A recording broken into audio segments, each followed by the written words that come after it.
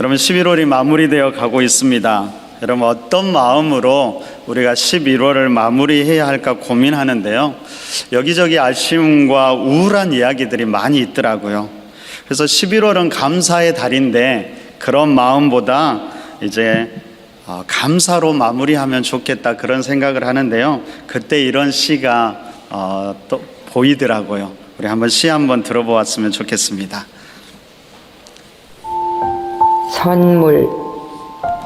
이른이 훌쩍 넘은 귀촌 시인이 3,000원 어치도 안 되는 물건 들고 먼 길 3만 원짜리 택시를 타고 와 안겨준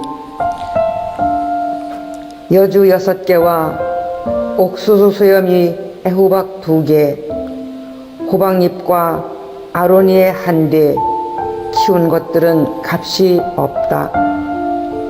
여주 썰고 옥수수 수염 널고 호박찌개 끓이고 호박잎 삶고 아로니에 손질해 냉동실에 넣고 값진 것들 진가를 매길 수 없어 종일 고민이다. 선물이라는 시인데요. 여러분 낭독자가 이 시를 쓴 작가인데 혹시 누군지 아시겠어요? 우리 교회 이복자 집사님입니다. 시인이고 아동문학가이고 우리 동아중고등학교 선생님이셨던 집사님이 쓰신 선물이라는 시입니다. 집사님이 쓰신 시가 우리나라 초등학교와 중학교 교과서에도 여러 편이 수록되었다고 합니다. 그렇게 다른 좋은 시 이야기도 많은데요. 어떻게 보면 이 시는 너무나 평범한 이야기지요. 우리의 일상의 이야기입니다.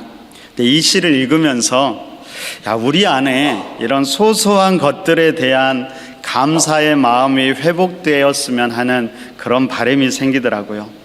여러분 자칫 우울해질 수 있는 11월이지만 오히려 감사해야 될 사람들도 다시금 떠올려 보고 그들을 위해서 기도도 하고 감사의 마음도 표현하면서 우리 일상의 감사들이 다시 아름답게 회복되는 그런 11월 마지막 주간이 되었으면 좋겠습니다. 우리 그런 마음으로 우리 옆에 있는 분에게 한 번 더 인사해 볼까요? 감사합니다. 반대쪽에도 감사합니다. 한번 해보시기 바랍니다. 자, 오늘 본문을 보면 여러분 갈렙의 특별한 요구를 들어준 후에 이제 유다 지파를 시작으로 본격적으로 땅 분배가 진행됩니다. 여러분 땅을 분배하는 이야기에서 우리가 꼭 생각해야 될 몇 가지가 있는데 그 중에 첫 번째는 경계입니다. 여러분 오늘 본문에 유다 지파의 경계에 대해서 말하는데요. 간단히 말하면 이렇습니다.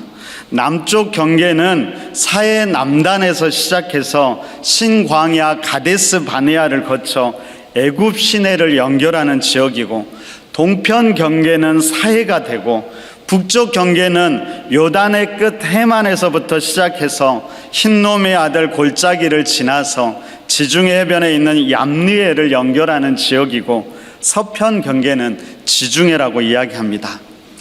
여러분 이렇게 이야기하면 이해가 되십니까? 하나도 모르겠죠. 말하는 저도 잘 모르겠습니다. 지도로 보면 조금은 더 쉬울 것 같아요. 우리 지도로 한번 볼까요? 까만색으로 되어 있는 유다 지파가 받은 기업은 그러니까 사해 염해 위아래를 기준으로 해서 왼쪽 지중해까지 그쪽이 다 유다 지파의 땅입니다. 원래는 블레셋까지를 포함하고 있었으니까 상당히 넓은 지역이고 이곳은 이스라엘 역사의 가장 중심적인 무대였습니다. 여러분 이처럼 분배해서 중요한 일은 경계를 나누는 일이지요. 그러면 경계란 무엇일까요? 그럼 이 경계는 한계이면서 우리를 지켜주는 것이기도 하지요. 그러기에 경계를 아는 것이 지혜입니다. 근데 여러분 한번 생각해 보면 좀 이상하지 않나요? 하나님은 이스라엘 12지파 모두가 한 가족이고 한 공동체임을 강조합니다. 여러분 그러면은 경계가 없는 것이 더 좋지 않을까요? 그런데 하나님은 오히려 각 지파들의 경계를 정하고 있는 것을 우리는 보게 됩니다. 여러분, 각자의 경계를 정하는 것은 창조 때부터 이루어진 아주 중요한 일이었습니다. 그래서 창세기 1장 창조 이야기에는 나누셨다는 이야기가 계속해서 반복됩니다. 빛과 어둠을 나누셨고요, 궁창 아래의 물과 궁창 위의 물을 나누시고, 낮과 밤을 나누시고, 땅과 바다의 경계도 정하십니다. 동물과 식물도 다양하게 나누셨고, 인간도 남자와 여자로 나누셨지요. 그리고 날도 구별하셨습니다. 물론 모든 날들이 거룩하고 하나님과 함께해야 하지만, 그럼에도 하나님은 특별하게 한 날을 구별하셔서 안식하게 하십니다. 인간은 그 특별한 날을 통해서 하나님과 더 깊은 관계를 맺어가게 되지요. 또한 하나님은 세상 속에 특별한 공간을 구별하셨는데 그곳을 에덴이라고 불렀습니다. 하나님은 그 안에서 함께 어우러져 살아가게 하셨지만 그때에도 여전히 경계는 존재했습니다. 그럼 모든 만물이 하나님이 정하신 경계 속에서 각자의 아름다움을 지켜가게 되지요. 바로 이것이 창조의 원리였고 하나님이 꿈꾸는 세상의 모습이었습니다. 인간은 바로 그곳에서 마음껏 모든 것을 누리면서 행복하게 살아가되 하나님 안에서 경계를 지키면서 모든 생물들과 온 땅을 사랑으로 다스릴 책임을 갖게 되었습니다. 여러분, 그 경계를 기억하게 하고 그 경계 속에서 주어진 책임을 기억하게 하는 것이 바로 선악과였지요. 여러분, 하지만 사람은, 아니 더 나아가서 이 사탄은 이 경계를 없애려고 합니다. 하나됨, 평등, 자유, 그런 것을 내세우면서 심지어 하나님처럼 될 수 있다라고 말하면서 경계가 없어져야 그런 존재, 그런 세상이 된다라고 이야기하지요. 여러분, 정말 그럴까요? 경계가 없어지면 우리가 그런 존재가 되고 그런 세상이 될까요? 참 이상하게도 여러분, 경계가 없어지면 하나 되기가 더 쉬울 것 같지만 오히려 내가 더 중요하게 되고요, 나의 욕심만을 채우려고 합니다. 그래서 세상은 더 갈등하고 분쟁하게 되는 것이지요. 실상 사단이 꿈꾸는 세상이 그런 세상이었습니다. 그래서 사단은 인간들에게 하나님과 같이 될 수 있다고 유혹하면서 하나님이 정해주신 그 경계를 깨트리게 하십니다. 어떻게 되었을까요? 여러분, 경계를 깨트린 인간은 에덴에서 쫓겨나게 되고 그때부터 온 땅과 만물은 풍성함이 사라지고 서로를 배려하기보다는 자기 욕심을 채우려고 하지요. 그러면서 갈등하고 분쟁하는 세상이 되어버렸지요.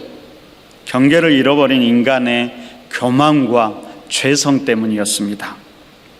여러분, 그 교만과 죄성이 어디까지 왔을까요? 지금 이 시대까지 흘러왔고요, 가만히 보니까는 저희 집까지 왔더라고요. 저희 아이들이 잘 싸운다고 말씀드렸죠. 이제 좀 나아지나 싶었는데 어제 저녁에도 제가 일찍 한참 자고 있는데 싸우는 소리가 들리더라고요. 그래서 그 소리에 잠이 깨고 말았습니다. 잠자다가 일어나서 저도 그 분쟁에 동참하고 말았지요. 그러다가 잠도 설치고 지금 피곤해 죽겠습니다. 그런데도 자기들은 절대 싸운 것이 아니랍니다. 제가 아이들이 왜 싸우나 가만히 다시 한번 생각해보고 이렇게 보는데요, 결국에는 서로의 경계를 지켜주지 않기 때문이더라고요. 심지어 그러는 가운데 부모를 향한 경계도 지켜지지 않는 모습을 보게 되었습니다. 모든 것이 자기 중심이었습니다. 우리 아이들만 그럴까요?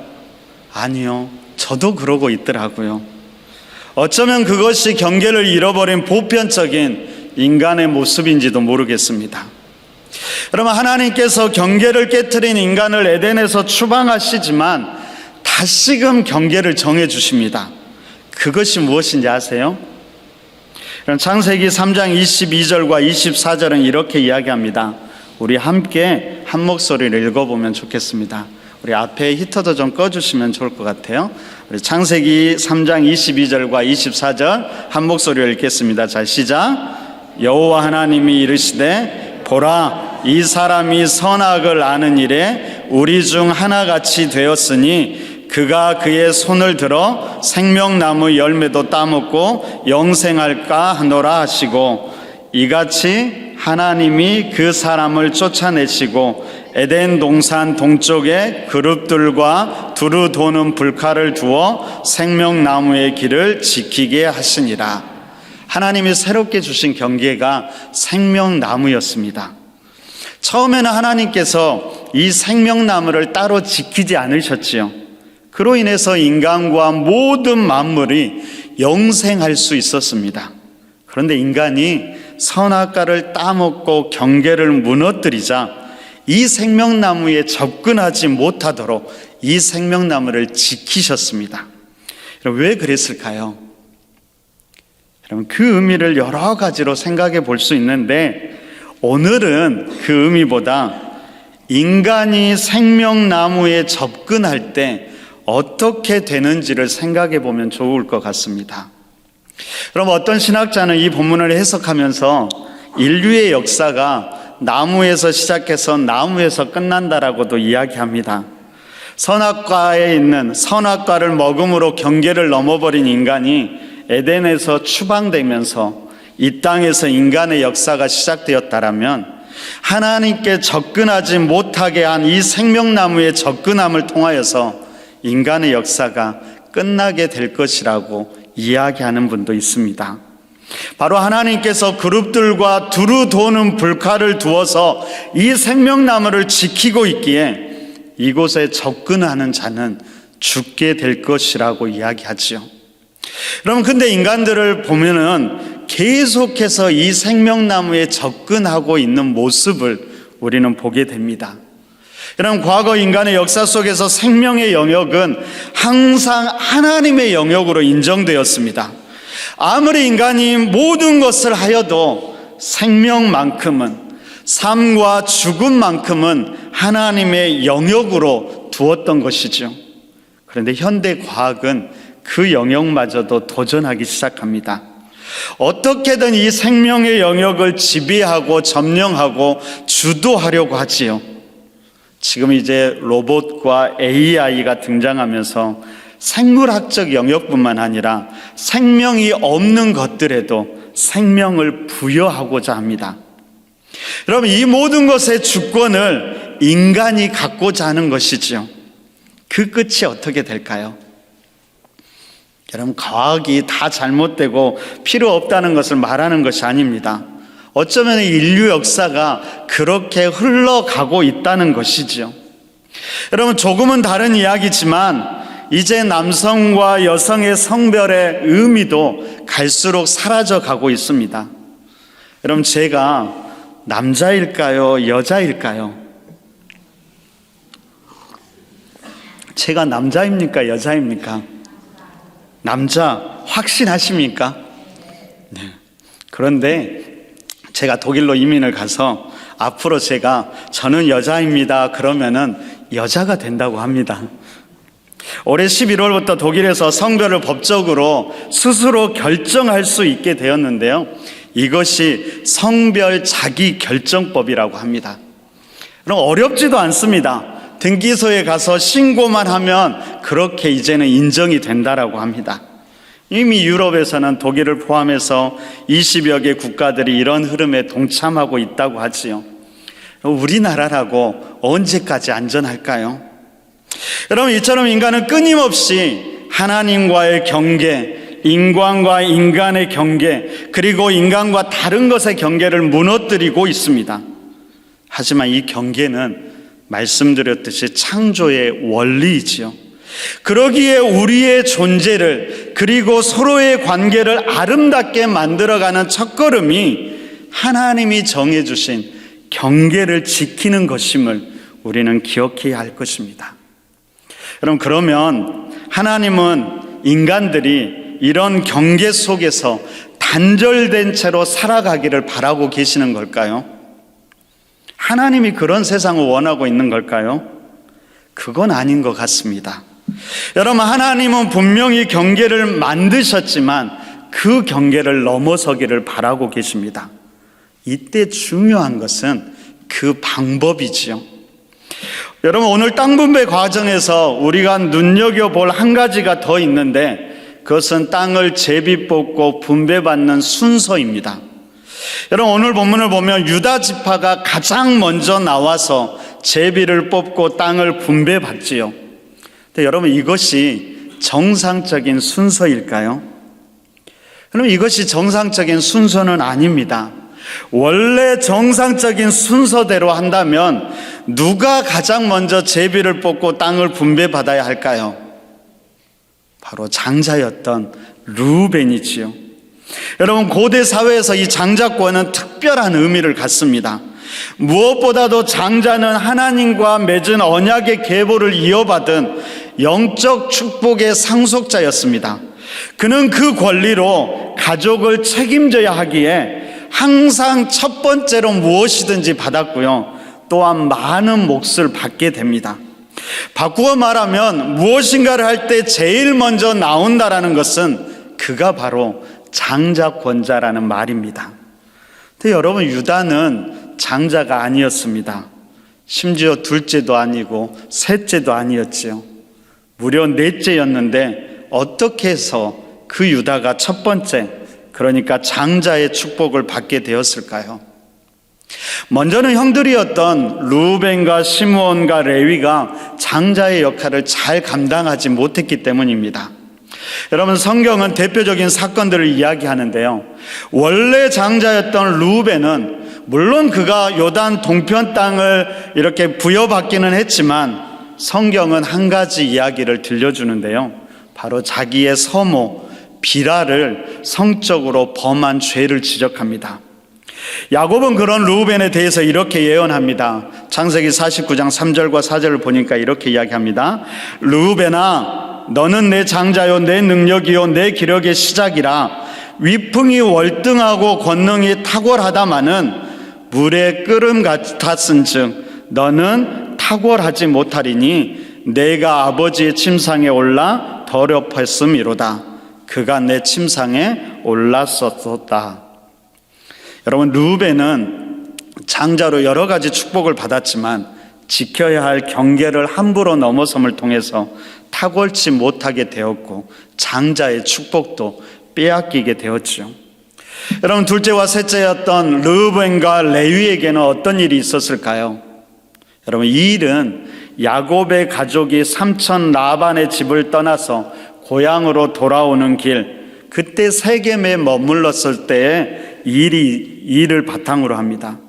그때 야곱의 딸 디나가 세겜의 추장 아들에게 강간당하는 일이 일어나게 됩니다. 그러자 세겜 땅 추장이 야곱을 찾아와서 서로 혼인 관계를 맺고 한 민족이 되자고 제안을 하지요. 이때 야곱이 침묵하자 아들들이 한 민족이 되기 위해서는 반드시 할례를 행해야만 한다라고 이야기합니다. 세겜 사람들이 그렇게 하기로 약속하고 할례를 행했는데 통증이 가장 심한 3일째에 시므온과 레위가 칼을 들고 가더니 세겜의 모든 사람들을 진멸합니다. 여러분, 디나를 욕보인 세겜도 그렇다고 그들을 속여서 모두를 잔인하게 죽여버린 시므온과 레위도 지켜야 할 경계를 넘어버린 것이죠. 여러분, 야곱은 시므온과 레위의 폭력성을 지적하면서 이들 지파가 흩어지게 될 것이라고 예언하게 됩니다. 결국 경계를 지키지 못했던 르우벤과 시므온과 레위는 모두 장자권을 얻지 못하게 되지요. 그리고 결국 네 번째였던 유다가 그 축복을 누리게 되는 것입니다. 근데 여러분, 유다가 장자의 축복을 받은 것이 단순히 형들이 잘못해서 그래서 자신의 차례가 되었기 때문만은 아니었습니다. 오히려 유다가 장자의 축복을 누린 결정적인 사건이 있었는데 바로 야곱의 아들들 요셉과 관련된 일이었습니다. 여러분, 한 번은 야곱의 아들들이 어렸을 때 요셉을 질투하면서 노예로 팔아버리지요. 그런데 그런 요셉이 우여곡절 끝에 애굽의 총리가 됩니다. 몇 년 뒤에 온 땅에 큰 흉년이 들어서 온 땅의 곡식이 다 떨어지게 되는데 요셉이 총리로 있던 애굽에만 곡식이 남게 됩니다. 그러자 야곱의 아들들이 식량을 구하러 애굽으로 내려가지요. 그때 형들을 본 요셉이 모른 채 하면서 막내 베냐민을 데리고 다시 올 것을 이야기합니다. 그러자 야곱은 절대 베냐민을 보내지 않으려고 하지요.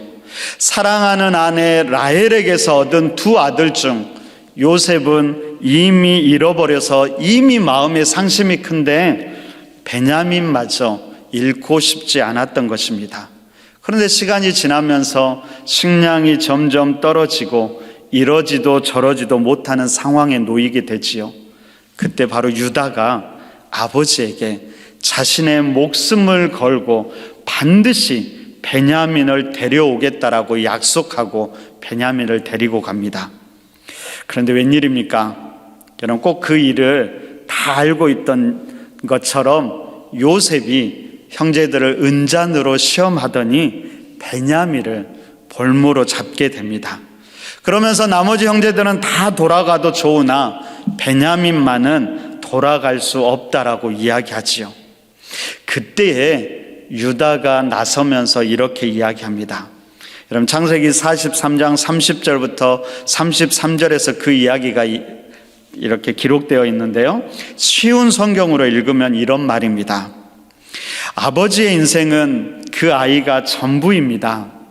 그 아이가 없다는 것을 아시게 되면 아버지는 충격을 받아서 당장이라도 죽고 말 것입니다.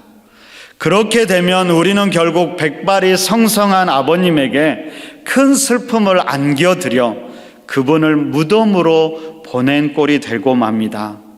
총리 각하님, 제발 부탁입니다.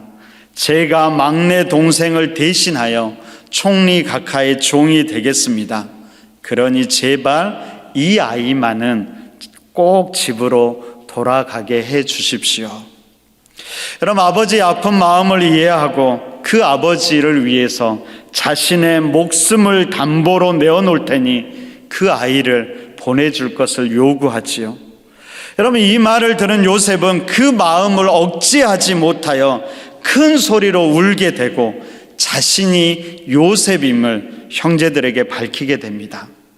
한때는 자신을 팔았으나 지금은 동생을 생명 다해 보호하는 그 유다의 모습과 말을 보면서 바로 경계가 허물어지게 된 것이죠. 바로 이런 화해를 이끈 것이 바로 유다의 책임 있는 고백이었고, 다른 일을 위해서 기꺼이 자기의 생명을 내어준 사랑 때문이었습니다. 하나님은 바로 그런 유다를 영적인 장자로 삼으셨던 것입니다. 여러분, 경계는 이렇게 넘어서는 것입니다. 나의 이기심과 욕심 때문이 아니라 상대를 배려하는 사랑과 그를 지키려는 헌신을 통해서 경계를 지키되 그 경계를 넘어서게 되는 것이죠. 여러분, 사실 이것은 하나님의 존재 방식이고 이 땅에 존재하는 그 신비입니다. 여러분, 우리가 하나님을 믿는데 어떤 하나님을 믿고 있을까요? 제가 여러 번 말씀드렸는데 다시 한번 생각해 보십시오. 자, 제가 객관식으로 내드리겠습니다. 1번, 한 분이신 하나님을 믿는다. 2번, 세 분이신 하나님을 믿는다. 3번, 일체이나 삼위이신 하나님을 믿는다. 4번, 삼위이나 일체이신 하나님을 믿는다. 5번, 잘 모르겠다. 몇 번일까요? 5번입니까? 몇 번일까요? 바로 우리가 믿는 하나님은 삼위지만 일체이신 하나님을 믿는 것입니다.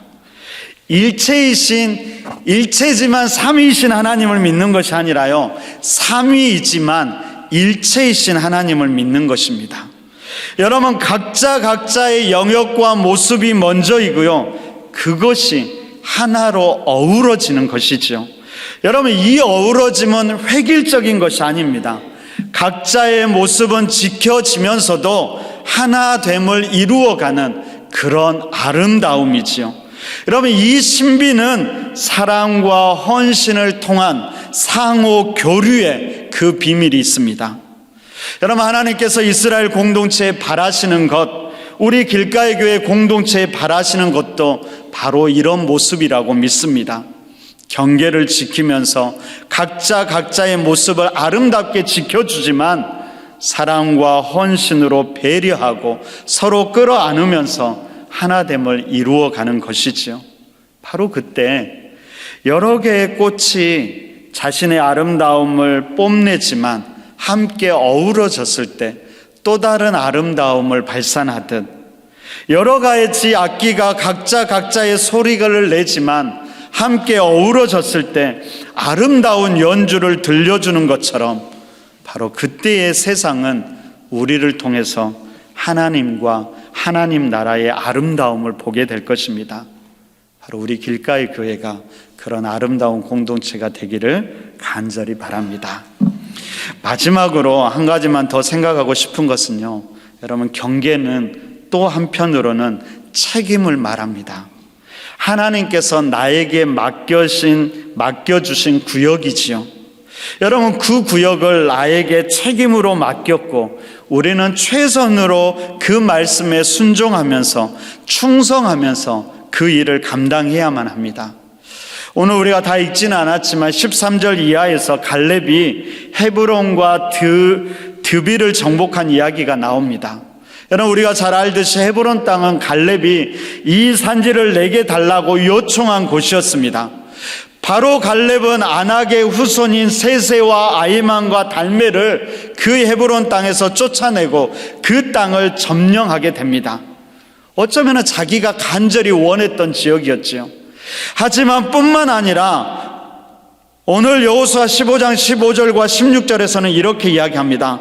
함께 우리 볼까요? 15절과 16절입니다. 함께 읽습니다. 거기서 올라가서 드빌 주민을 쳤는데 드빌은 본 이름은 기럇세벨이라. 갈렙이 말하기를 기럇세벨을 쳐서 그것을 점령하는 자에게는 내가 내 딸 악사를 아내로 주리라 하였더니, 여러분, 갈렙이 왜 그 드빌을 점령하는 자에게 자신의 딸 악사를 주기로 맹세했을까요?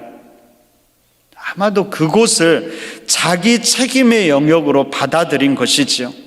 갈렙은 헤브론 땅만 원했을지도 모릅니다.